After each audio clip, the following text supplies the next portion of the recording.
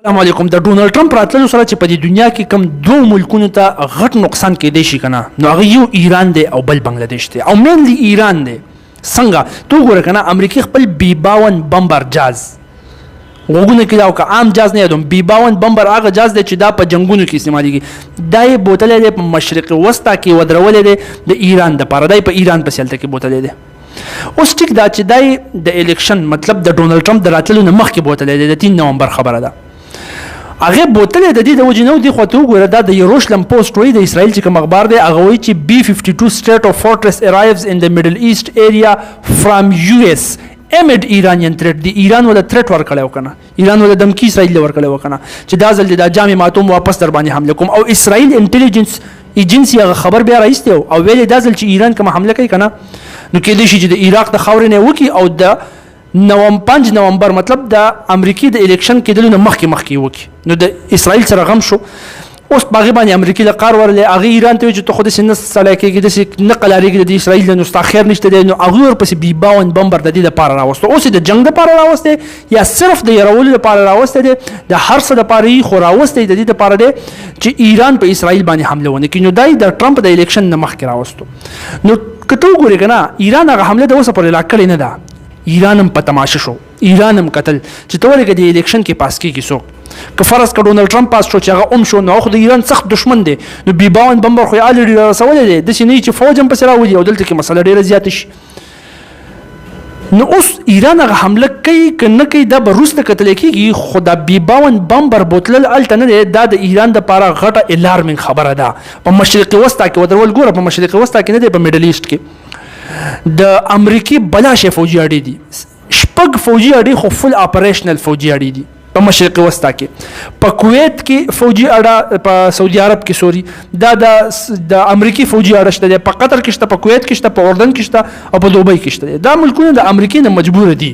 نو د دوی فوجي اړې د امریکای فوجي اړې دلته کې شته فل اپریشنل شپږ بیز دي اوس چې پار بیز کې ودرولې خو B52 بمبر په بوتلې دي په ایران په سیالته ودرولې اوس د ډونالد ټرمپ راتللو نه بعد چې د امریکای د ایران سخت خلاف دی دا نورم خطرناک خبره شو د ایران د پاره چې B52 بمبر وتالته ودرولې او دا ګوره عام جاز نه دی ته د دې اندازه لګولې غوته ته د خبرې پته ولګي دا جاز نه دی دا جاز دا په یوازې باندې دا یو جاز شل میزایل وړي شي دا 12 میزایل نه دی دا صرف د په دې وزرو کې فټ کیږي د په دې وزرو کې 12 میزایل او 8 میزایل د کې دنه فټ کیږي یاره شل میزایل یو جاز وړي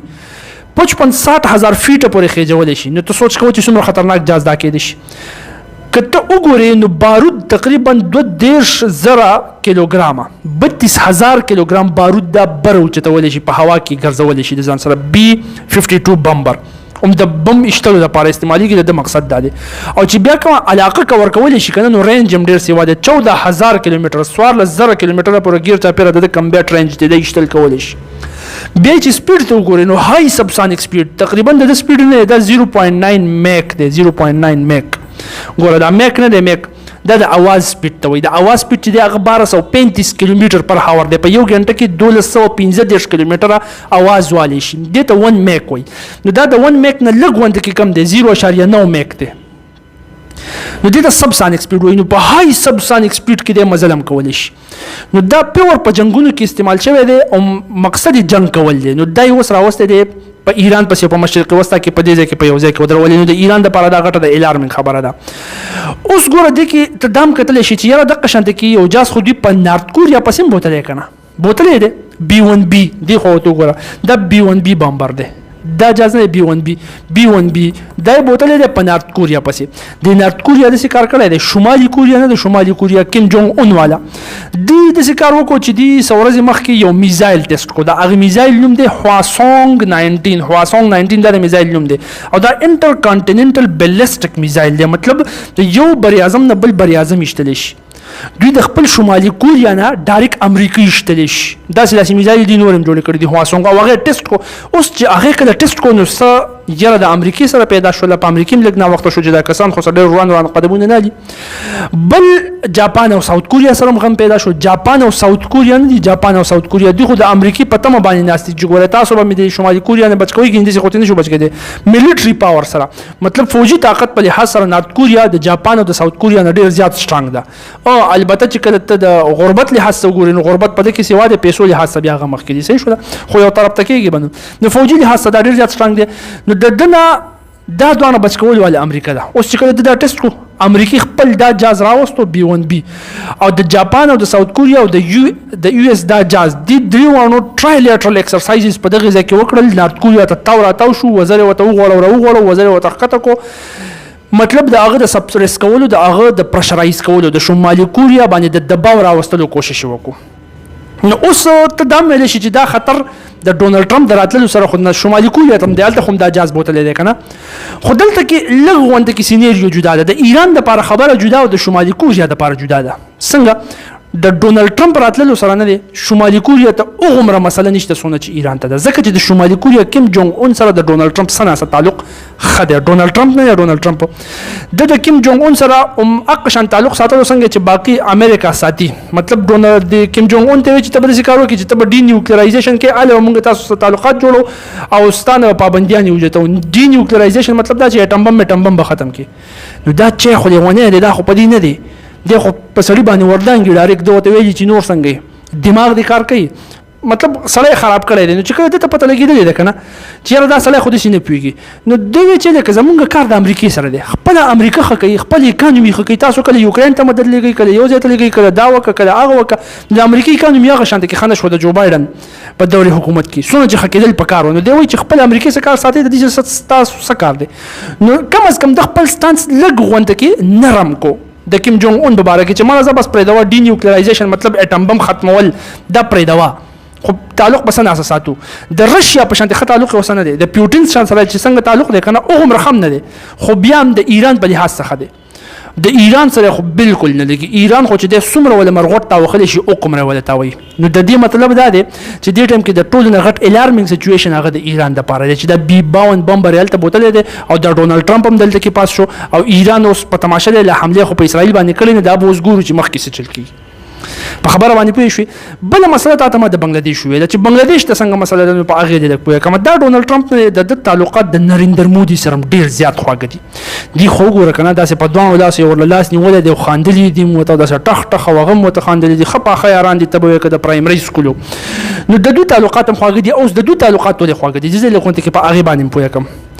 دا ډونالد ټرمپ ته مو چې دی یو پاپولیست دی د چې په دنیا کې څومره پاپولیست لیډر دي کنه هغه سپورټ کوي نو د دنیا بل غټ کم پاپولیست دي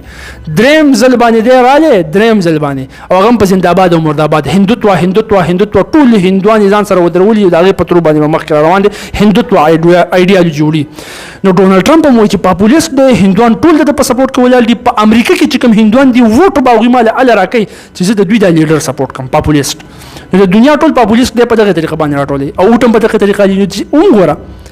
په امریکا کې چې کوم هندوان دي کنه هغه ووټ ډونالد ټرمپ لور کړی دی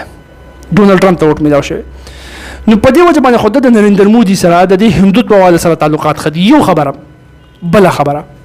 ډونالد ټرمپ چې دی کنه د چاینا سره په ټریډ وار کې دا تاسو ما پرونه ویلو د تجارت په جنگ کې دی وسره دی وایي چې چاینا تجارت را غورځول دي په هر طریقه باندې چی د چاینا تجارت را غورځول کې د ټولو نه پکار ملک چې د سوک راځي کنه هغه انډیا دی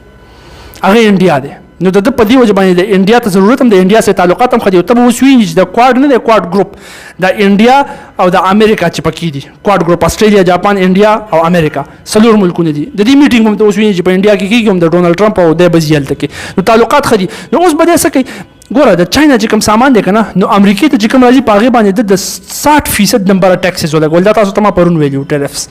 نو یو څو کمقل خونه دی بیپاری چې هغه دا سامان راوړي هغه خو په امریکا کې نه خرڅيږي چې دونه غټ ټیکسز دي نو د امریکای مارکیټ وته لکونته کې خالی شو چې چاینا نه راځي نو د یو ځای خو په کاری کنه انډیا بخپل انټری کوي نو انډیا په دې خوشاله ده د امریکای سره تعلق ساتي چې زمون بالته کې مارکیټ ورسې واشي او په بدل کې په امریکا خپل مارکیټ په انډیا کې سیوا کوي د په سپورټ کې ایلان مسک ولاړو کنه اسی نو ولا بزنسمن سره ډېر هوښیار سړی دا اسی زنده‌باد او مرداباد پسې نه ځي هغه د ډونالډ ټرمپ سپورټ شروع کوي به د ډونالډ ټرمپ په ترو باندې د خپل ټسلا مارکیټ په انډیا کې کولاوي د الکتریکل ویکلز نه د بجلی ګاډي او په انډیا کې خو د ټولو نه غټ آبادي دلته خو د ټولو نه غټ مارکیټ چلی دی شي دغه بزنس ته به ښه بوم میلاو شي نو په دې طریقه باندې دا زما وروره خبرې بلا شي او سره یو د یو بل سره ښه کافي خواږه دي اوس چې د یو بل سره ښه کافي خواږه دي او د یو بل په کار راځي که نه نو دا انډیا به ورته وایي چې زما وروره داسې کار دی ډونالډ ټرمپ چې په بنګلادیش کې څه چل وکړه په بنګلادیش کې زمونږ چې د لاس کم حکومت او زمونږ چې کم د لاس نښې وې د مودو هغه ټولې لاړې هغه د پاکستان ومږلي په بنګلادیش کې ښه ومږلو اوس راله څه غم وکړه نو په بنګلادیش باندې به پرشر اوس ډونالډ ټرمپ راوړي بنګلادیش ته به په دې طریقه باندې مسله جوړېږي د ایران هغه شان مسله به نه خو مسایل به ورته جوړېږي او په دې سونه پیسې هاګه بل خبره ده چې د بنگلاديش چې کوم د نگران حکومت نه دی انټرنل ګورنمنت دی چې کوم مشر دی محمد یونس د محمد یونس تعلق چې دی هغه په امریکا کې د ډیموکرات پارټي سره خدي مطلب کملا هاریس والا پارټي د دې چې خلاف نو دا غي د وجه به خپل هم خلافي د محمد یونس او څه د دوی د وجه نو بنگلاديش ته مسایل پیدا کیږي اوس هغه څنګه پیدا کېدي شي څنګه نشي پیدا کېدي هغه به مخکې مونږ ګورو صاحب ډېر سره په هغې باندې بیا کلاس واخلو خو اساس تاسو رایې سوئ چې څه مسایل بنگلاديش ته پیدا کېدی شي د خپل رایې اظهار په کمنټ سیکشن کې وکړئ جزاکم الله خیر